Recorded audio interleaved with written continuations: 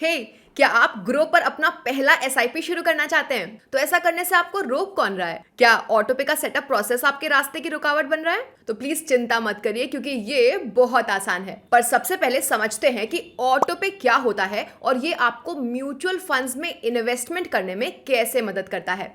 तो जैसा कि इसके नाम से भी पता चल रहा है, ऑटो पे फीचर आपकी एसआईपीज को बहुत ही आसानी और ऑटोमेटिक वे में चलाने का एक तरीका है। एक बार अगर आपने ऑटो पे को सक्सेसफुली सेट कर दिया तो आप हर महीने खुद से एसआईपी की इंस्टॉलमेंट्स भरने और उसे मिस करने की चिंता से मुक्त हो जाएंगे। ये फीचर आपके फ्यूचर में आने वाली हर एसआईपी इंस्टॉलमेंट का ध्यान रखता है। आसान शब्दों में कहें तो ऑटो पे के थ्रू आप अपने बैंक को एक इंस्ट्रक्शन दे रहे हैं कि वो रेगुलर बेसिस पर ग्रो पर रजिस्टर की हुई आपकी सारी एसआईपीज के लिए टाइम पर पैसे भेजता रहे।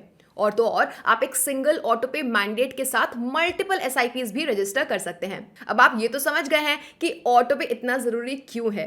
तो चलिए अब ग्रो पर ऑटो पे सेट करना भी सीख लेते हैं। अब जैसे ही आप ग्रो पर एक एसआईपी करेंगे तो आपको ये स्क्रीन दिखाई देगी।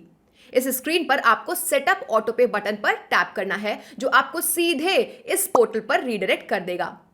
यहां पर आपको अपनी बैंक डिटेल्स वेरीफाई करने के लिए दो ऑप्शंस मिलते हैं, एक डेबिट कार्ड और दूसरा नेट बैंकिंग, जिसमें से आप कोई भी ऑप्शन चूज कर सकते हैं।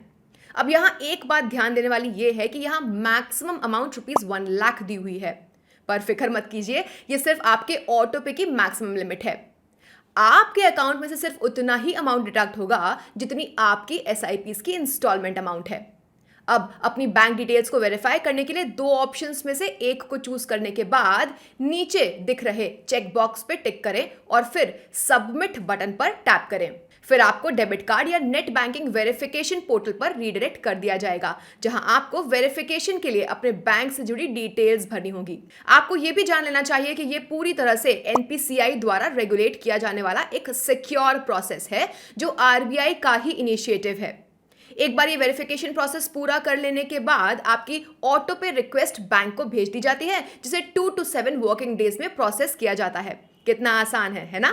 लेकिन एक बात और है जिसका आपको खास ध्यान रखना चाहिए, वो ये कि आप ऑटो पे सेटअप को एक ही बार में पूरा करें, क्योंकि अगर डेबिट कार्ड या नेट बैंकिंग पोर्टल पर कोई फेल्ड या इनकम्प्लीट ऑथराइजेशन अटेम्प्ट होता है तो उसके तुरंत बाद अगला अटेम्प्ट करने पर आप एरर्स फेस कर सकते हैं। इसलिए इस पूरे झंझट से बचने के लिए 2 मिनट निकालें और इस पूरे प्रोसेस को एक ही बार में अच्छे से पूरा करें। तो आज के लिए बस इतना ही। Thank you for watching and happy investing.